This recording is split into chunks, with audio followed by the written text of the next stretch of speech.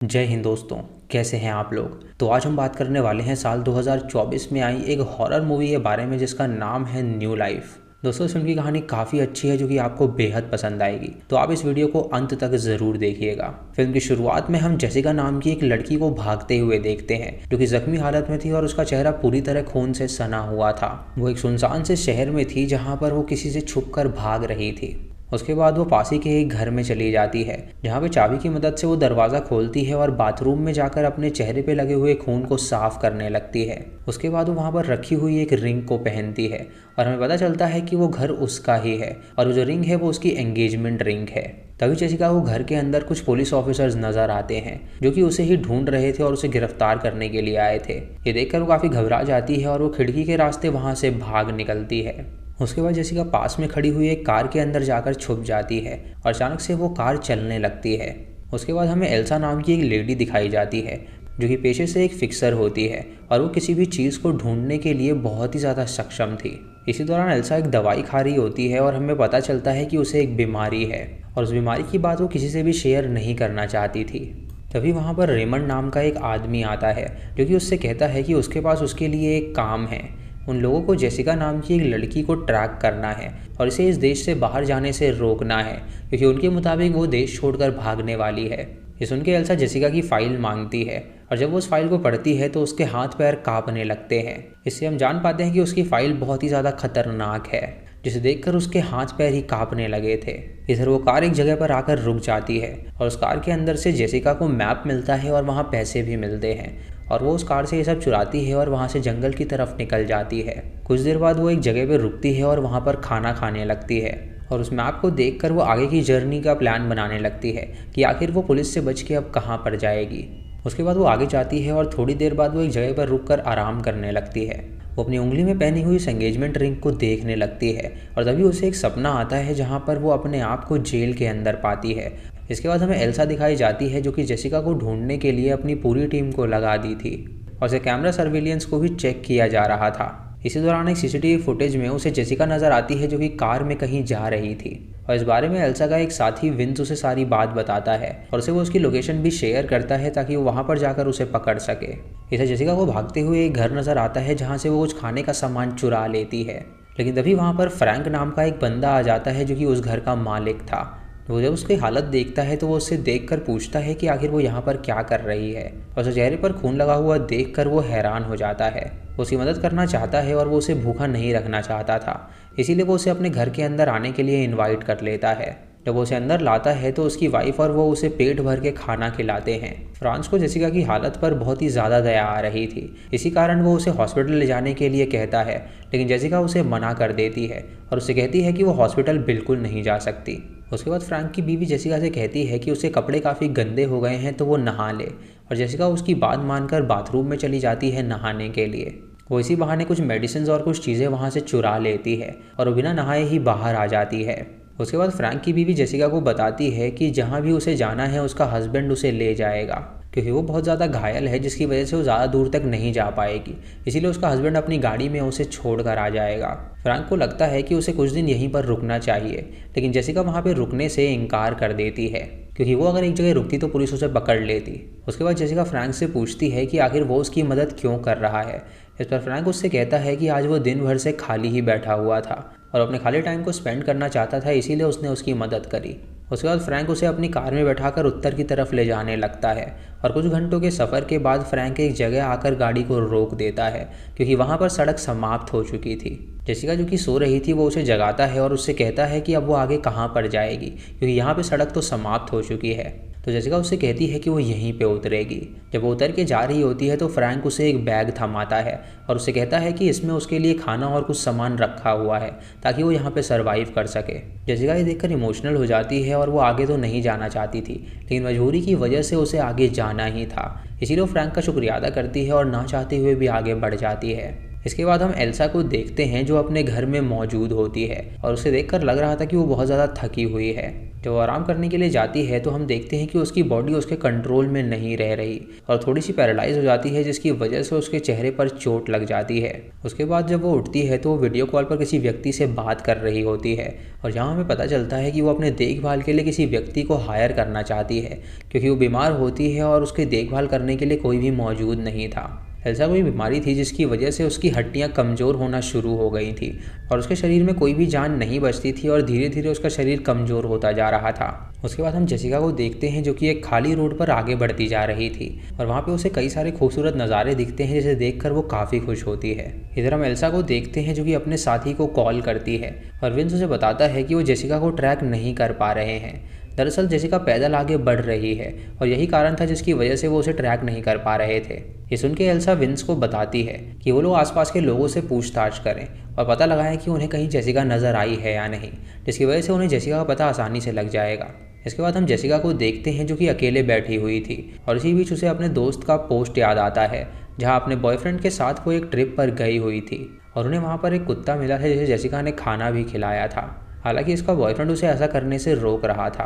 ये सोच के जेसिका आगे बढ़ती है और वो एक बार में पहुंचती है जहां काम करके वो कुछ पैसे कमाना चाहती थी और वहां उसे मॉली मिलती है जो कि वहीं पर काम किया करती थी। मॉली उसे साफ सफाई का काम दे देती है ताकि वो उसे अच्छे से कर सके, क्योंकि उसे लग रहा था कि जेसिका को पैसे की बहुत ज़्यादा ज़रूरत है। उसके बाद जेसिका का हम एक और फ्लैशबैक देखते हैं जहां हम देख पाते हैं कि जेसिका के पैरों में किसी तरह का इन्फेक्शन हो चुका है और उसका बॉयफ्रेंड उसे बताता है कि ये सब उस कुत्ते के कारण हुआ है। उसका बॉयफ्रेंड जेसिका को अपने घाव भी दिखाता है जो कि बहुत ही ज़्यादा क्रीपी दिख रहा था। कुछ देर बाद जेसिका अपना काम खत्म करके वहाँ से बाहर निकलती है और वहीं पर हम मलिक को देखते हैं जिसकी जेसिका काफ़ी अच्छी दोस्त बन चुकी थी। दोनों एक दूसरे से अपनी निजी बातें शेयर कर रहे थे और मॉली जेसिका को अपने साथ घर पे रहने के लिए कहती है और जेसिका ये सुन के उसकी बात मान जाती है। यह जेसिका अपने बारे में भी बहुत सारी चीज़ें उसे बताती है, जैसे कि उसे नई नई जगह घूमना पसंद है और यही कारण है कि वो अपने शहर से इतनी दूर घूमने के लिए आई हुई है।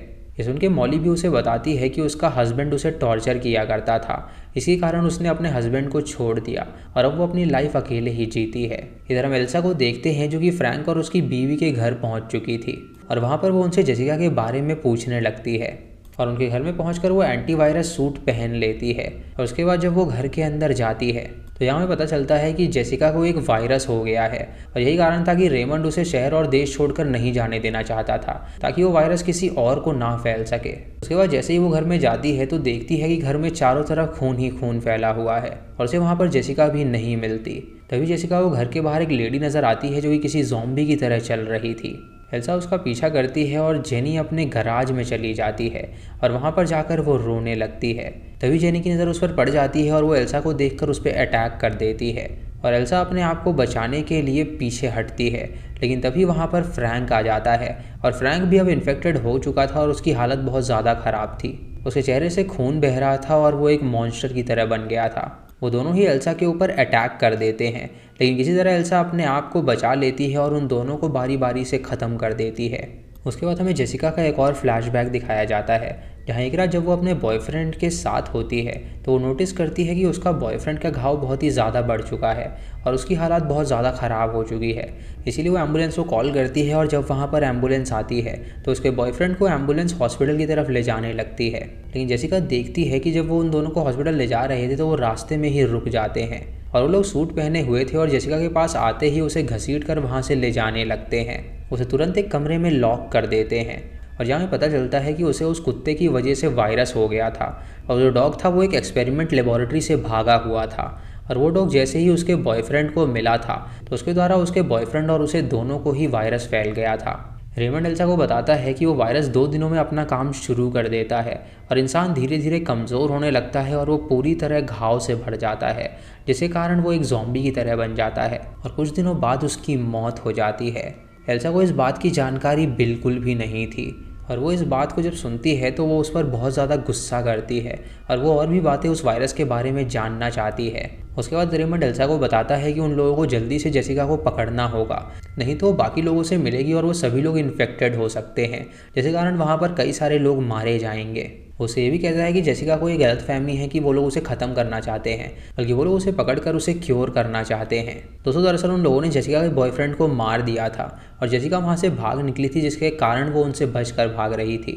एक दिन एक गार्ड जेसिका को खाना देने के लिए आता है और जब जेसिका उसे वहाँ पर नज़र नहीं आती तो इसी कारण वो गेट खोल के अंदर चला जाता है और मौका पाकर जेसिका उस पर हमला कर देती है और उसे वहीं पर ख़त्म करके वहाँ से भागने लगती है। थोड़ी दूर भागने पर उसे एक जगह कमरे के अंदर उसका बॉयफ्रेंड भी मिलता है जिसकी हालत अब बहुत ज़्यादा ख़राब हो चुकी थी और वो वायरस के चपेट में पूरी तरह से आ चुका था और उसकी मौत कभी भी हो सकती थी। उसकी हालत देखकर जेसिका रोने लगती है और किसी तरह वो वहाँ से बाहर निकलना चाहती है, लेकिन वो ऐसा नहीं कर पाती क्योंकि वहाँ पर गेट लॉक था। तभी वहाँ पर कुछ गार्ड आ जाते हैं और इसी कारण से उसे वहाँ से भागना पड़ता है और उसे नहीं पता था कि एल्सा और रेमंड के लोगों ने ही उसके साथ ऐसा किया है।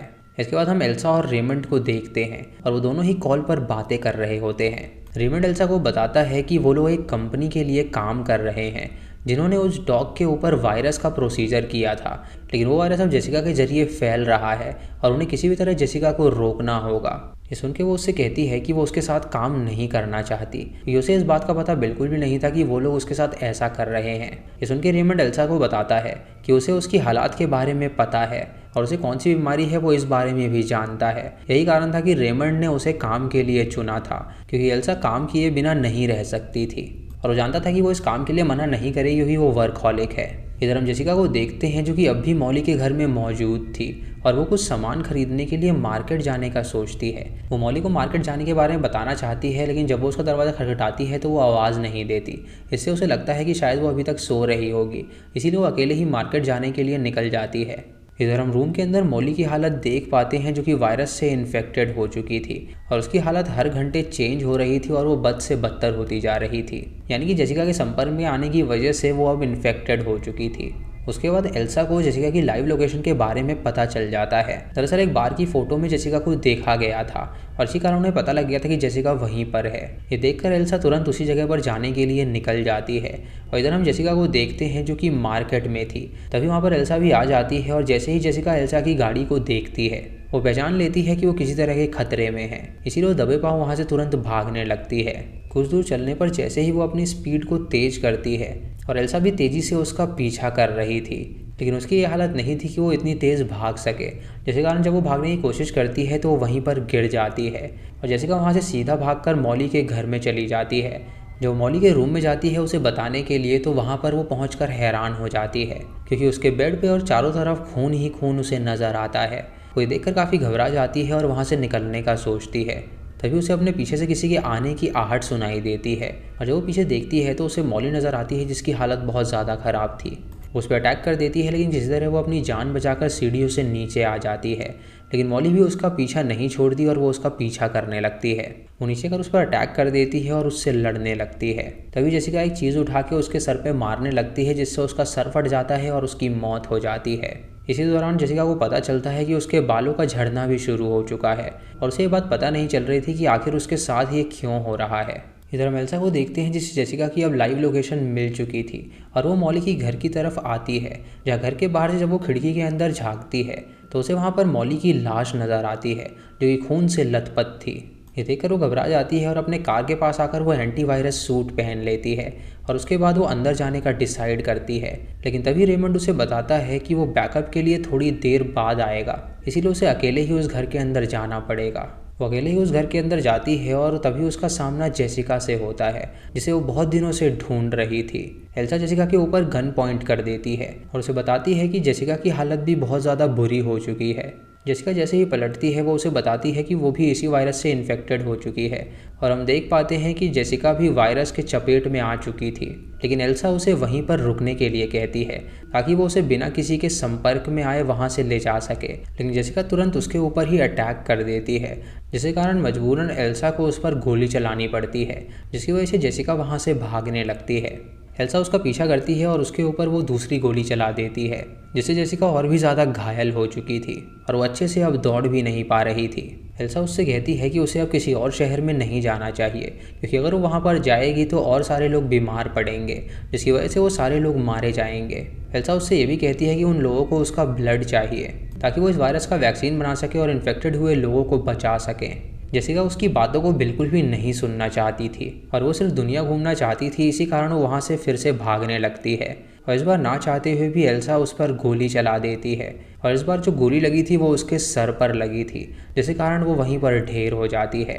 एल्सा ये देखकर बहुत ज़्यादा इमोशनल हो जाती है और वो घायल पड़ी हुई जेसिका के पास जाकर उसके हाथों को पकड़ती है और बैकअप के लिए कॉल करती है ताकि वो लोग जल्दी से वहाँ पर आकर उसे ले जा सकें।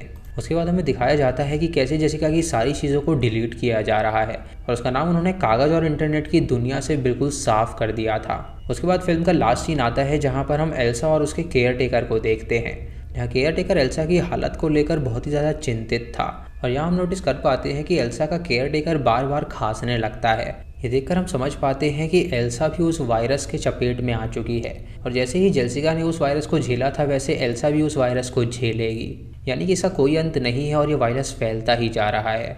और इसी के साथ ये मूवी यहीं पर ख़त्म हो जाती है। तो दोस्तों ये थी इस फिल्म की कहानी, जहाँ पे एक लड़की जो कि वायरस के चपेट में आ चुकी थी उसे बाहर जाने से रोका जा रहा था और लड़की जानती थी कि वो मरने वाली है, इसीलिए वो घूमना चाहती थी, लेकिन इन लोगों ने उसे पकड़ के जान से मार डाला। तो दोस्तों आपको ये फिल्म कैसी लगी आप हमें कमेंट सेक्शन में ज़रूर बताइएगा। चैनल पे नए हैं तो सब्सक्राइब करें और बेल आइकॉन दबाएं नोटिफिकेशंस के लिए। और दोस्तों वीडियो को लाइक और शेयर करना बिल्कुल मत भूलिएगा। तो मैं मिलता हूँ आपको अगली वीडियो में, तब तक के लिए जय हिंद।